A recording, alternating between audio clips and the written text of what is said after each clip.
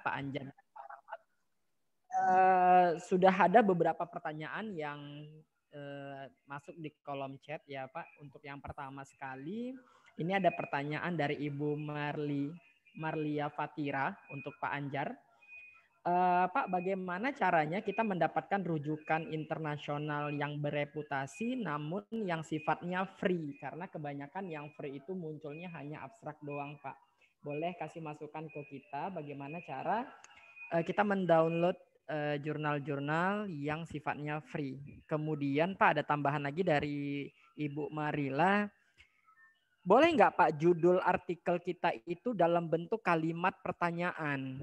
Nah, itu beliau bertanya. Kemudian terakhir pertanyaan dari beliau, Pak, bagaimana peroleh akses jurnal yang memiliki doi? Apakah ada cara untuk kumpulkan metadata yang memiliki jurnal yang berasal dari jurnal yang memiliki doi? Itu Pak Anjar, silakan mau langsung dijawab atau bagaimana Pak? Izin Pak, masih mute Pak. Oke, baik Pak. Saya coba menjawab ya Bapak. Bu, tadi Bu, kalau saya lihat di sini. Ibu Marlia Pak dari Politeknik Negeri Medan. Patira, Bu, Patira bukan? Marlia benar, Patira. Iya Pak, saya Patira. Terkait tujuan untuk mendapatkan jurnal free internasional, Bu, selama ini saya memang semuanya saya download itu free. Saya itu menggunakan Skyhub. Pernah dengar ya Bu ya? Pernah dengar Pak. Ya. Tapi aksesnya sekarang udah ganti ya Pak? Skyhub itu. Oke, ini saya coba klikkan ya Bu ya. Bentar saya contohkan dulu. Layarnya belum kelihatan. Iya, bentar Pak. Memang nggak saya kelihatankan dulu. Nah ini, aku udah terbuka baru. Sabar Pak Dodi. Udah kelihatan Bu? Marah-marah aja Pak Dodi. Sudah Pak, sudah. Jadi Ibu kan Islam ya Bu, bidang Islam ya Bu, agama Islam. Iya benar Pak, bidang keuangan syariah. Ya Bu, nanti bisa contohnya keuangan syariah, Ibu translate ke bahasa Inggris, kemudian cari dari Google Scholar dulu. Kemudian nanti kan ada muncul tuh yang berhubungan dengan keuangan syariah yang sudah di bahasa Inggris kan. Kemudian cari yang bahasa Inggris nanti, ceklah kira-kira mana yang dari publisher-publisher besar Bu. Nanti bisa Ibu lihat di situ kan ada banyak. Biasanya publisher-publisher besar itu ada Elsevier, kemudian ada Willy tadi, ada Springer, IEEE, dan lain sebagainya. Kemudian setelah Ibu klik, linknya itu masukkan kemari Bu. Ini saya kirim lah ininya, linknya. Skyhub yang baru. Memang udah ganti memang. Ini saya kirimkan ke... Pak, kalau luang waktu boleh dicontohkan yang emerald, Pak? Bu, kalau enggak, waktu kita kan terbatas, Bu. Iya. Kalau enggak nanti Ibu chat saya aja atau gimana diskusi boleh, enggak masalah, Bu. Oke, makasih. Tapi diskusinya di sebelah istri ya. Halo, nyambung aja Dodi. Itu Bu, jadi... Sabar. Ya, Pak Dodi ini mancing aja loh. Kurang lebih seperti itu, Bu. Kemudian tadi pertanyaan keduanya, apa tadi pertanyaan keduanya? Mendapatkan ngajak berantem. Judul itu dalam bentuk kalimat tanya. Judul dalam bentuk kalimat tanya. Saya nggak tahu keilmuan lainnya Bu ya, tapi kalau komputer saya lihat, saya belum pernah lihat.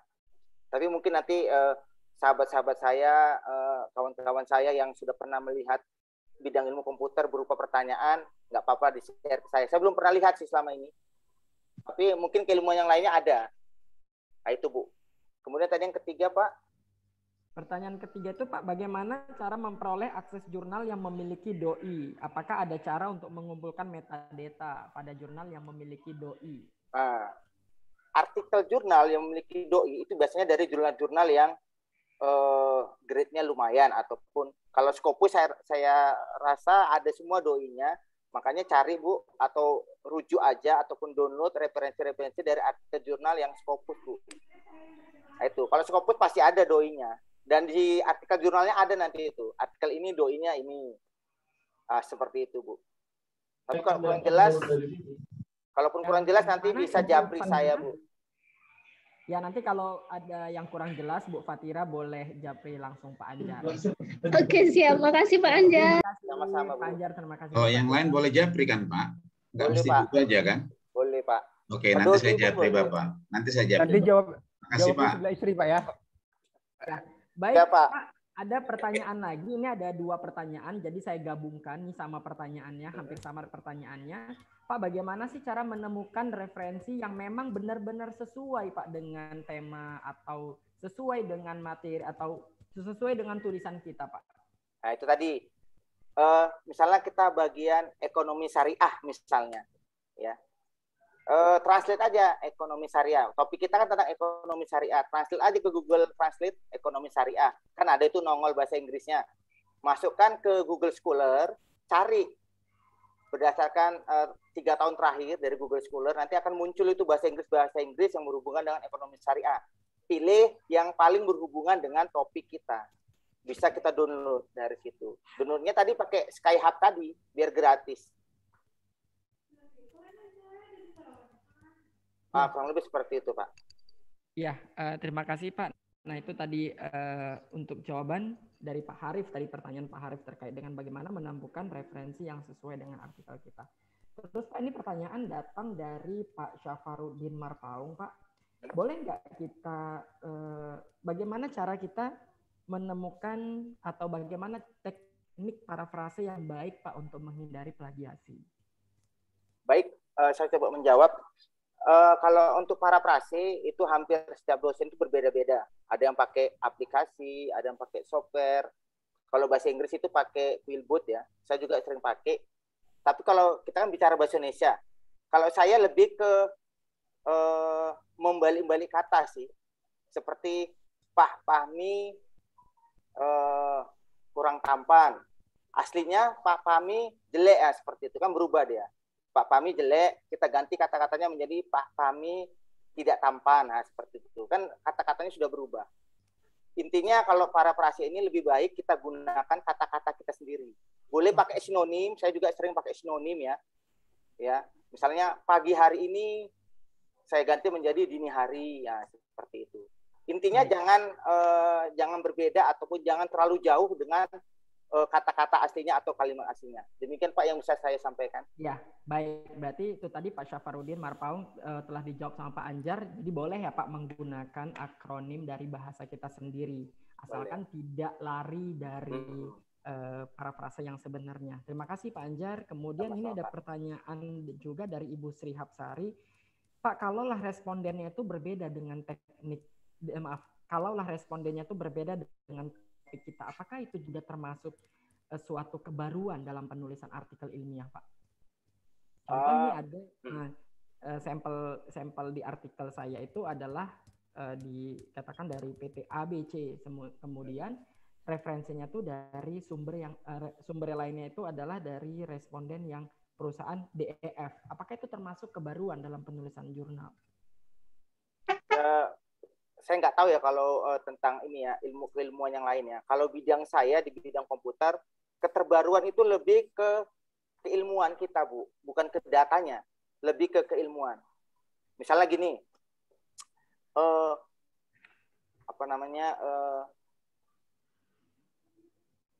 sistem mendukung keputusan pemilihan mahasiswa terbaik menggunakan metode A. Nah, itu dilakukan pada 2016 misalnya. Ya, kita lakukan itu dilakukan pada 2016. Kemudian kita membuat penelitian lagi dengan judul yang hampir sama, tapi variabel, kemudian hipotesis yang berbeda, variabel yang berbeda itu bisa juga diangkat. Tapi lebih ke keilmuan sebenarnya kontribusi ataupun kepengaruhan, Bu. Karena saya pernah baca. Izin Pak Fahmi, itu pertanyaannya cocoknya Pak Rahmat yang jawab. Ya, itu ekonomi. Pak Rahmat bisa menjawab, bisa menambahkan. Silakan ya, Pak Rahmat. Pak Rahmat. Lagi off. Rahmat. Lagi off. Sepertinya jaringan Pak Rahmat juga bermasalah ini, Pak. Ada sih. Kalau... boleh saya nambahkan saja boleh ya? Boleh Pak. Boleh. Baik. Bosnya yang nambahin. Kalau untuk data itu bukan keterbaruan ya Bu ya. Bu siapa Bu Triapsari tadi ya? Ya, Nah, Pak. karena itu belum, karena biasanya kalau untuk social science itu yang ditanya itu model, variabel ya kan, dan yang sejenisnya. Tapi kalau itu data belum keterbaruan, apalagi misal nanti data terus mungkin kalau misal pakai data sekunder tahunnya berbeda, itu belum keterbaruan. Nah, jadi kalau social science itu lebih banyak bicara tentang kerangka konsep, model, ya kan, variabel dan sejenisnya. Itu mungkin tambahan apalah sedikit lah apa yang saya ketahui. Saya kembalikan ke Pak Anjar dan Pak Fahmi. Terima kasih Pak Anto. Ini ada Pak Rahmat ini. Silakan Pak Rahmat. Coba diulang lagi pertanyaannya Pak Fahmi. Ya, jadi kan Pak untuk tadi kan kita ada bahas kebaruan dalam pemilihan topik. Nah, apakah di bidang responden, jumlah data atau jumlah responden yang digunakan berbeda, apakah itu juga termasuk suatu kebaruan dalam penelitian atau dalam penulisan artikel ilmiah? Baik, saya belum pernah menemukan itu, tapi setahu saya itu bukan termasuk kebaruan. Yang pernah saya ketahui, kebaruan itu adalah hasil penelitian yang berbeda dari yang sudah ada. Itu termasuk kebaruan. Bukan jumlah responden ya, karena responden itu biasanya larinya kan di metode itu. Oke, berarti memang itu bukan merupakan kebaruan ya Pak dalam penulisan artikel ilmiah ya Pak ya? Ya, sampai sejauh ini saya belum pernah menemukan secara legal atau orang yang menyatakan bahwasanya jumlah responden itu merupakan salah satunya ya, itu merupakan kebaruan. Yang pernah saya dengar adalah hasil penelitian yang berbeda, maka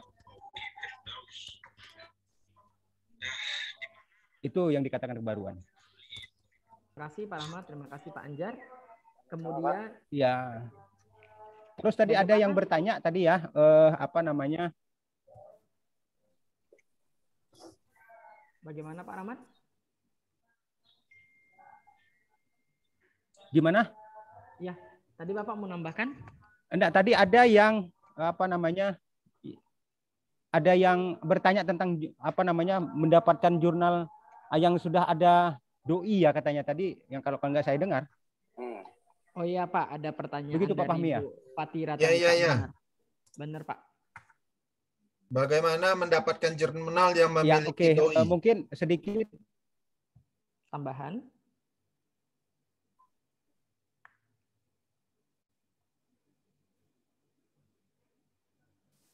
Oke. Jurnal ya, kan bukan ada artikel di ya. Mungkin maksudnya artikel itu ya Pak ya? Iya betul. Artikel maksudnya Pak. Kalau jurnal artikel maksudnya itu Bang. Ya, kalau jurnal di Indonesia ya kalau jurnal ataupun artikel di Indonesia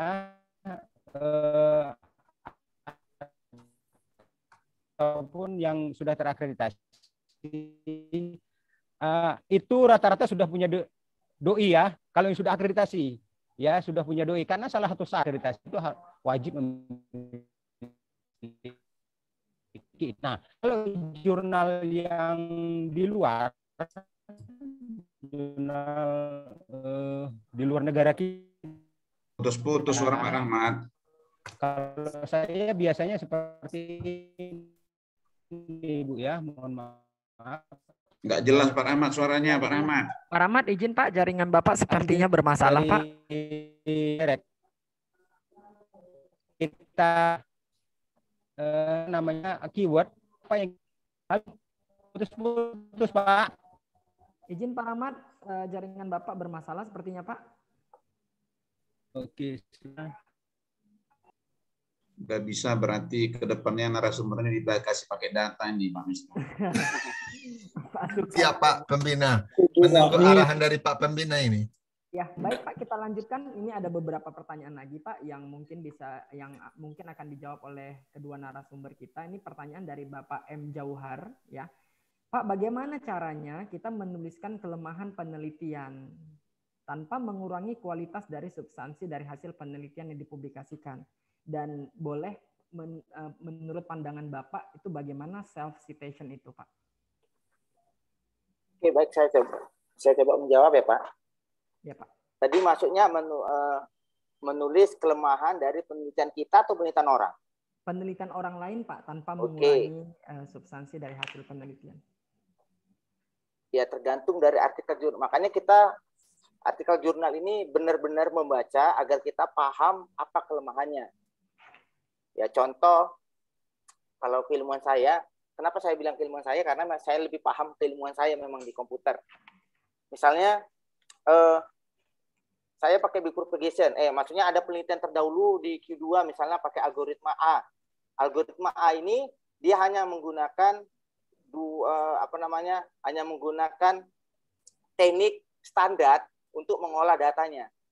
Ya, teknik standar untuk mengolah datanya. Saya bisa membuat artikel yang lain ataupun menutupi kelemahannya itu. Misalnya dengan teknik standar itu dia dapat akurasi prediksi, misalnya ingin memprediksi, akurasi prediksinya itu 80% atau 90%. Kita bisa menggunakan parameter. Parameter ini berarti mengubah teknik yang sudah ada itu diubah sedikit menggunakan parameter yang lain atau dengan itu jumlah-jumlah yang lain ya, kode yang lain. Nanti hasilnya bisa 95%. Nah, itu sudah bisa menutup kelemahan yang tadi. Jadi untuk melihat kelemahannya itu benar-benar kita baca artikel jurnal itu. Makanya kita bisa melihat kelemahannya. Kemudian kita bisa menutupnya dengan topik terbaru yang kita buat untuk menutupi kelemahan itu. Jadi harus kita baca benar-benar. Kalau kita hanya membaca sekilas, pasti nggak akan dapat itu kelemahan dari artikel yang sudah dibuat. Benar. Demikian Pak yang saya sampaikan. Ya, bagaimana dengan self-citation itu, Pak? Oke. Kalau masalah self-citation, kalau menurut saya ya, mungkin berbeda dengan Bapak Ibu yang lain. Kalau menurut saya sah-sah saja, asalkan masih dalam batas kewajaran. Misal kita menggunakan kutipan itu atau daftar pustaka itu ada 30. Kita menggunakan 5, itu masih wajar. Tapi kalau kutipan kita itu aja 10, tapi 8 dari artikel kita, ya itu ya saya rasa nggak elok juga. Ya, jadi gunakan ataupun boleh self citation asalkan masih dalam batas kewajaran. Kalau saya biasanya dari 15 2, bisalah 2 atau 1 seperti itu, Pak. Kalau saya, Pak. Oke, jadi memang benar, memang sewajarnya ya, Pak, yang kita citasi diri kita. Oke. Tambahan lagi, Pak. Pak, Oke, tambahan silakan, satu Pak. lagi. Baik, Tambahan lagi, self citation-nya harus berhubungan ya, Pak ya. Jangan kita ngambil bidang COVID, kita kutip tentang bidang pembagian beras misalnya, kan udah lain topiknya. Kalau bisa berhubungan topiknya ataupun artikelnya berhubungan. Nah, itu dia. Jadi tidak memaksakan diri harus kita kutip kutipan kita ya, Pak ya. Benar-benar. Terima kasih Pak Jauhar. Terima kasih Pak Anjar. Tutup pertanyaan dari Pak Jauhar. Nah, ini juga ada Pak, ada 2 pertanyaan yang sama, saya gabungkan jadi 1. Nah, Pak, itu kan di Microsoft Word itu ada menu reference yang memang sudah terinstall di Microsoft Word-nya tuh. Nah, apakah itu kita boleh menggunakan itu? Apakah kita boleh hanya menggunakan itu atau memang benar-benar kita harus ada tambahan reference manager, Pak, gitu, Pak? Kalau kita dan sebagainya. Oke, baik, Pak. Saya juga dulu pernah menggunakan yang ada di Word karena di Word itu juga ada fasilitasnya. Hanya saja banyak kelemahan. Kelemahannya itu di mana? Kelemahannya itu pada saat saya ganti perangkat, contoh saya menggunakan laptop A, saya pindahkan ke laptop B, atau saya pindahkan ke device yang lain. Itu kadang nggak terbaca ininya format dari reference yang kita gunakan di Word tadi. Tapi kalau pakai Mendeley, mau kita gunakan kemana saja, dia masih terbaca. Jadi kita tidak mengulang lagi dari awal, kita tinggal mengedit. Nah, jadi kenapa saya sarankan pakai Mendeley atau aplikasi yang lain? Karena lebih mudah digunakan, kemudian dipindah-pindah perangkat juga nggak ada masalah. Itu setahu saya, Pak. Benar, berarti memang harus ada tambahan reference manager ya, Pak. Jadi kalaupun kita memindahkan PC, kita pindah ke laptop 1, ke laptop 2, jadi tidak ada masalah gitu ya, Pak ya. Dan saya menyarankan gunakan reference manager saja, Pak. Jangan pakai yang di Word lagi, Pak. Oke, benar, Pak ya. Itu. Kalau saya ya, Pak ya. Iya. Terima kasih Pak Anjar. Kemudian ini ada pertanyaan lagi Pak dari Ibu Eriani terkait dengan penelitian studi kasus. Nah, apakah penelitian studi kasus itu Pak bisa masuk ke Jurnal Nasional Terakreditasi Sinta 2? Dan kalau kita mau melakukan penelitian studi kasus, bolehkah hanya 1 kasus Pak Anjar? Baik, saya coba menjawab. Boleh-boleh saja. Nggak ada memang hukumnya studi kasus itu nggak boleh masuk Sinta 2. Tidak ada. Memang lebih reviewer itu biasa lebih membaca tentang isi dari tulisannya. Hanya saja kalau kita sudah menuliskan di judul ya, di judul itu pakai studi kasus, biasanya langsung di-reject. Karena di judul itu jangan kita gunakan seperti yang saya jelaskan tadi, jangan gunakan studi kasus. Contohnya pemilihan siswa berprestasi pada Universitas Harapan atau Universitas Budi Dharma, jangan seperti itu. Jangan disebutkan kampusnya ataupun tempat studi kasusnya, tapi kita gunakan aja bahasa-bahasa yang tadi RPM tadi, result, problem, method ya, yang saya jelaskan tadi, bisa disesuaikan dengan keilmuan kita masing-masing. Tapi jangan menggunakan studi kasus. Boleh saja studi kasus, tapi coba jelaskan penggunaan studi kasusnya itu di latar belakang saja, jangan di judul. Nah, itu bisa, karena saya lihat juga sepengetahuan saya di jurnal Sinta 2 banyak yang pakai studi kasus itu bisa terbit, bisa publish.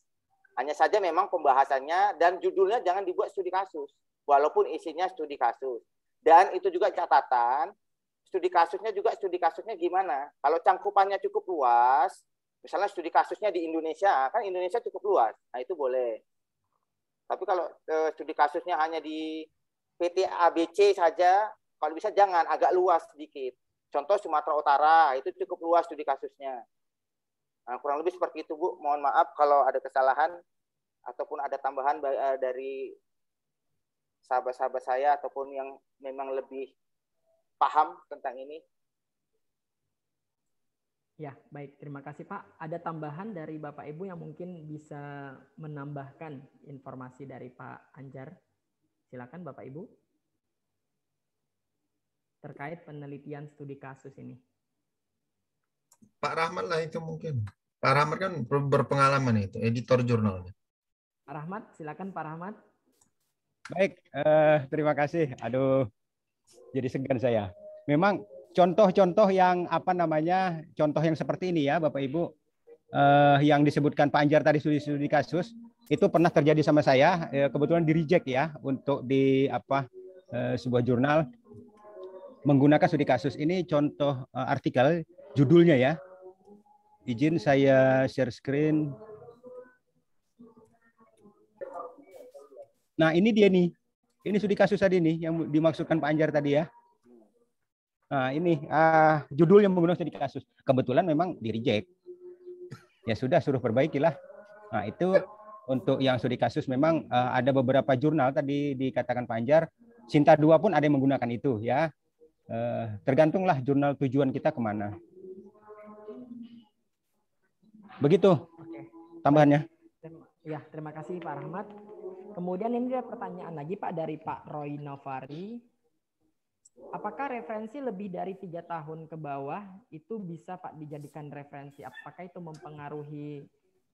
akan mempengaruhi kalau artikel kita tuh akan diloloskan? Tadi Bapak menyampaikan referensi itu kalau bisa 3 tahun terakhir. Nah, boleh nggak misalnya 4 atau 5 tahun terakhir? Nah, apakah itu mempengaruhi Pak artikel kita? Diterima atau tidaknya? Oke, saya coba jawab. Tadi saya bilang kan usahakan 3 tahun terakhir. Tapi 5 tahun terakhir juga boleh. Bahkan di template, biasanya di template jurnal itu memperbolehkan 10 tahun terakhir. Ya. Tapi biasanya reviewer itu akan lebih senang memeriksa kalau kutipan atau referensi atau daftar pustaka kita menggunakan 3 tahun terakhir. Oh, berarti mereka berpikir, oh ini penelitian terbaru ini, jadi layak diloloskan di Sinta 2, walaupun tulisannya masih berantakan. Itu nilai plusnya. Itu Pak. Kalau kita menggunakan referensi yang terbaru, harapan diterima Sinta 2 lebih besar karena mereka beranggapan oh ini ini penelitian terbaru. Seperti itu. Jadi kalaupun tulisan kita masih berantakan, masih ada maaf lah. Revisi mayor misalnya nggak langsung di-reject. Nah, seperti itu. Itu sih yang sering saya diskusikan sama teman-teman reviewer. Yang saya sampaikan Pak. Oke Pak. Oke, baik. Terima kasih. Ada tambahan Pak Rahmat mungkin? Pak Rahmat mau kasih tambahan?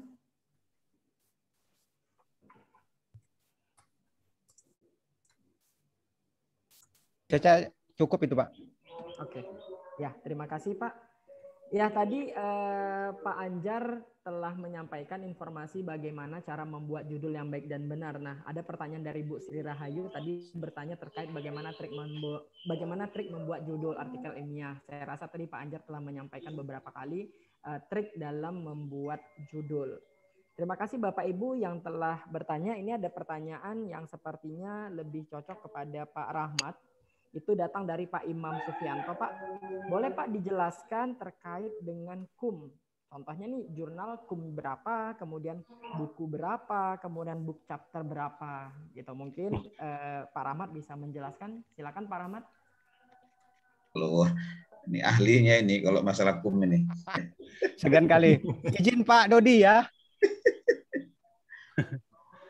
Baik, walaupun agak menyimpang sedikit, tapi tidak apalah. Kalau sudah ada yang bertanya, saya kalau punya sedikit pengetahuan, saya wajib untuk membagikannya. Saya izin Bapak Ibu, saya tidak berani berkata-kata. Saya harus berkata-kata tanpa data. Saya harus melihat ini dulu. Bukunya ya. Sampai sekarang kita untuk usulan jabatan fungsional ya masih menggunakan yang PO PAK 2019 karena yang baru belum keluar.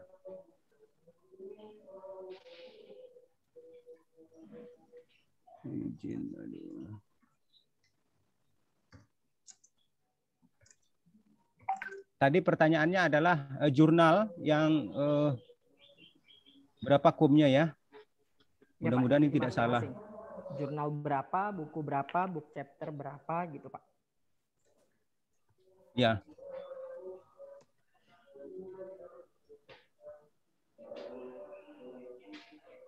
Baik, saya izin share screen ya. Nah, baik Bapak Ibu, ini PO PAK 2019. Penelitian kita kalau ini buku tadi ya. Ya, buku referensi ya kan ada 40 sini ya, buku referensi 40 per tahun. Satu per tahun. Berarti kalau satu buku berarti kalau setahun dua berarti tidak boleh satu saja yang dipakai. Kemudian monograf ya 20 kumnya. Kalau monograf ini kalau tidak salah dia minimal 40 halaman. Ini untuk buku Bapak Ibu ya. Kalau untuk jurnal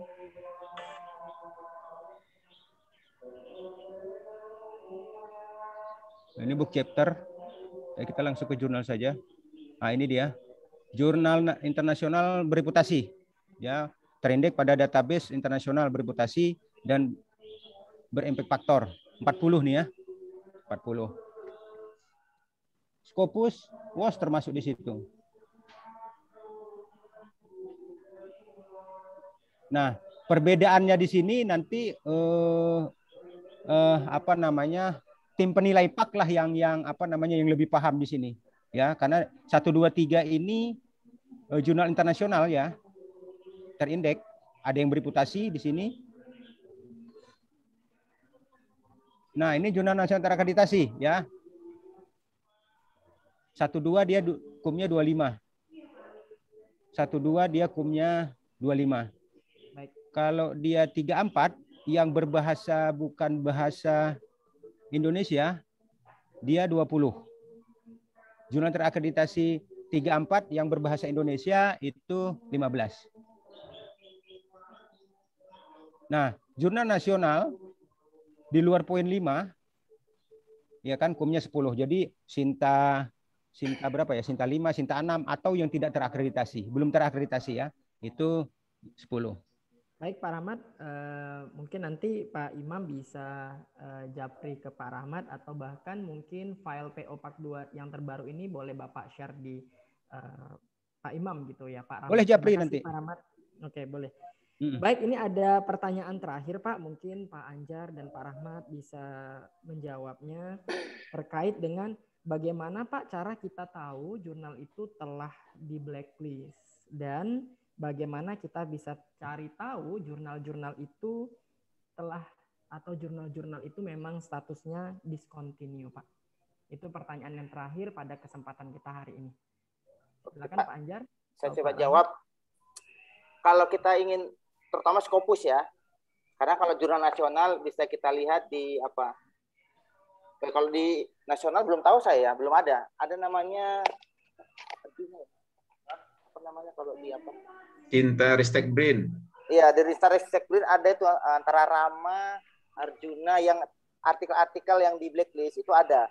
Tapi kalau jurnal saya belum pernah lihat di nasional itu di blacklist oleh pemerintah, belum ada. Belum pernah saya lihat. Artikel sudah banyak. Bisa dilihat di Sintaristek Brin. Di Anjani kalau nggak salah. Di Anjani ada. Berarti yang di blacklist itu artikelnya ya Pak ya, bukan Iya, malah artikel. jurnalnya gitu ya. Oke. Tapi artikel jurnal juga ada discontinue kayak di Scopus. Ini coba saya share.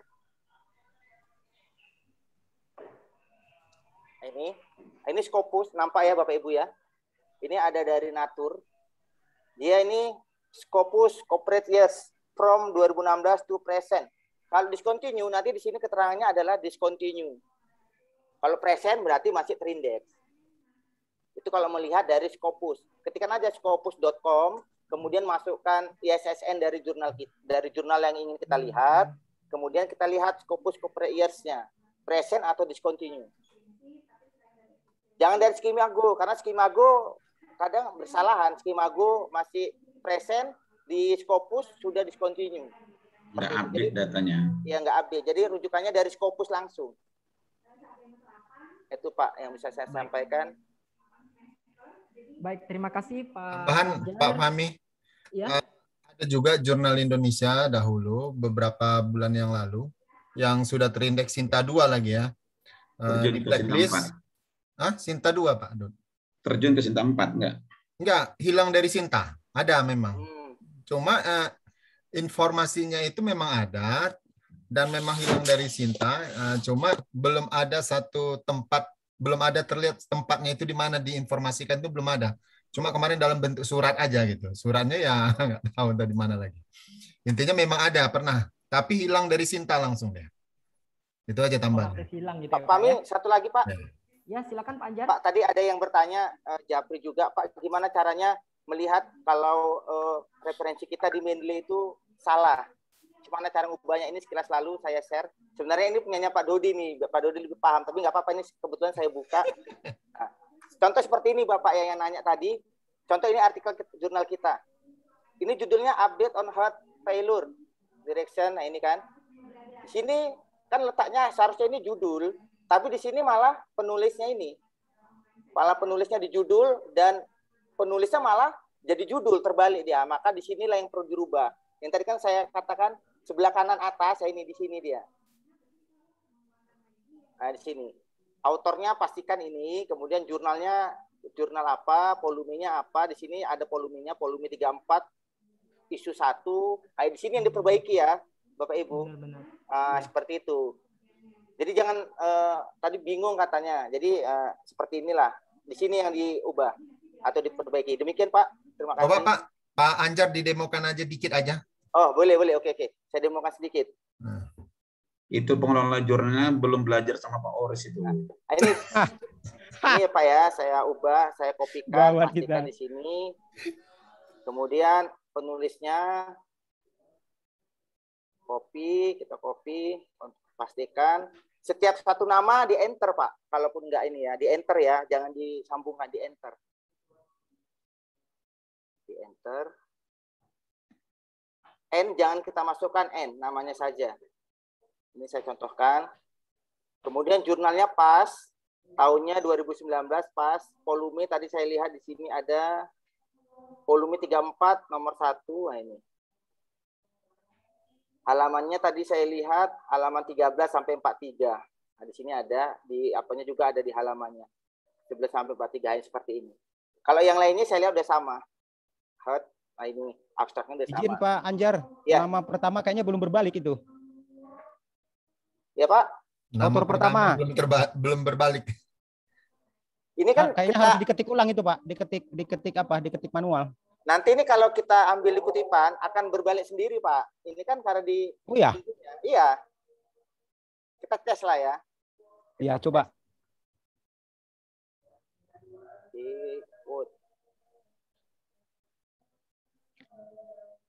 Oke. Kita pakai IEEE aja Pak ya. Ya. Oke.